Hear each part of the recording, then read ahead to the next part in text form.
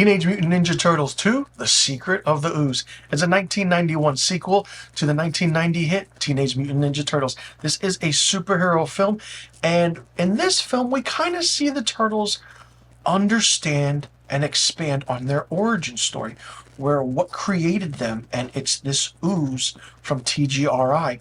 Now, it definitely is different than what you see, and also the puppetry of Jim Henson does return in this with the suits from and the turtle suits from the first film. It's absolutely interesting and fun, and it kind of resumes the events and takes place right after the first movie.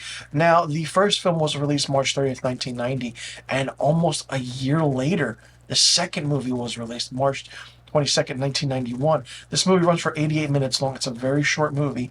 It had a budget of $25 million and grossed $78.7 million at the box office.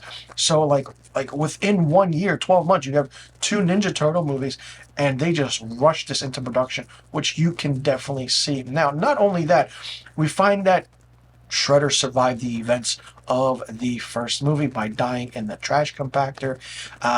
Casey Jones does not return, but every character does. Michelangelo, Leonardo, Donatello, and Raphael. Also, Paige Turco now plays the role of April O'Neil.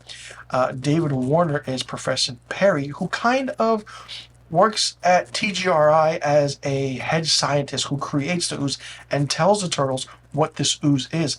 Not only that, he kind of in a way created Toka and Razor. And Ernie Reyes Jr. plays Kino, a pizza delivery man who kind of befriends the Turtles. And in an opening sequence, it's really, really fun. He kind of, Kino kind of barges in on a burglary happening. He thinks he can take them on, and then the Turtles come in. It's a fun, great, laughable opening sequence that just stays with you no matter how many times you see this or watch this movie. It's really, really fun. Adding Ernie Reyes Jr. in this was really great. Not only that, we have Kevin Nash. Yes, the wrestler, Kevin Nash. Big sexy Kevin Nash from WCW and the WWE heydays, plays Super Shredder in this, where Shredder in the end kind of drinks the ooze and becomes this big, massive being. The voice cast of Brian Tochi returns as Leonardo.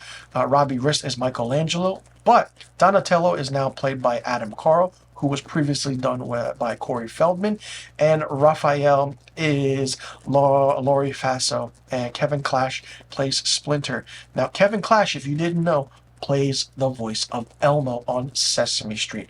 And the interesting thing, Frank Welker, the voice of Optimus Prime in the Transformers TV show, the animated show, and the movies, plays Toka and Razor.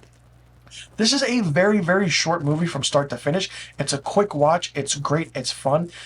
The aspect of this being more lighthearted and comedic definitely shows. I feel like this was one of those first films where the first movie was so dark that they had to go a little bit different and lighthearted for the second one. Superhero films have been known to do that. Case in point, Batman Returns was so dark that Batman Forever became lighthearted, colorful, and very different. I feel like this was one of those first superhero films where it definitely progressed the aspect of, if something's dark, let's go lighthearted, or if it's lighthearted, let's go dark. Let's see what happens. But the continuity is there, but unlike the first film, it kind of differs in certain aspects of what's comedic, what's not comedic. Shredder is not a threatening villain in this. He makes Toka and Razor, and they're babies. They're literally babies and dim-witted, and then it's just ridiculous. They're really scary based on how you look at them as creature designs, because it's absolutely mind-blowing. Practical effects, creature designs back then were so immaculate and amazing. You don't have that today. You have CGI, you have something that doesn't work, people putting on things with mocap suits, and it just doesn't progress the story or anything like that because you're so focused on something that you're not really paying attention to. But with this, you're like, okay, the Turtles look real, Toka and Razor look real. What can happen? The comedic timing and moments are there. The aspect with how the four turtles work together is great. The voice cast is great. And like I said, Shredder is not in it as much. He just has Toka and Razor do his bidding for him. And in the end of this, in a fun sequence where kind of they go into this nightclub, they fight the Foot Clan. Vanilla Ice performs It's really fun, and he performs as himself in Go Ninja, Go Ninja, Go, which is a great, great song. If you grew up with it, listen, this is my childhood. This is great. They instead like kind of do aspects of the dancing, the fighting. It just works. Everything is great, and it's a movie that you come to love.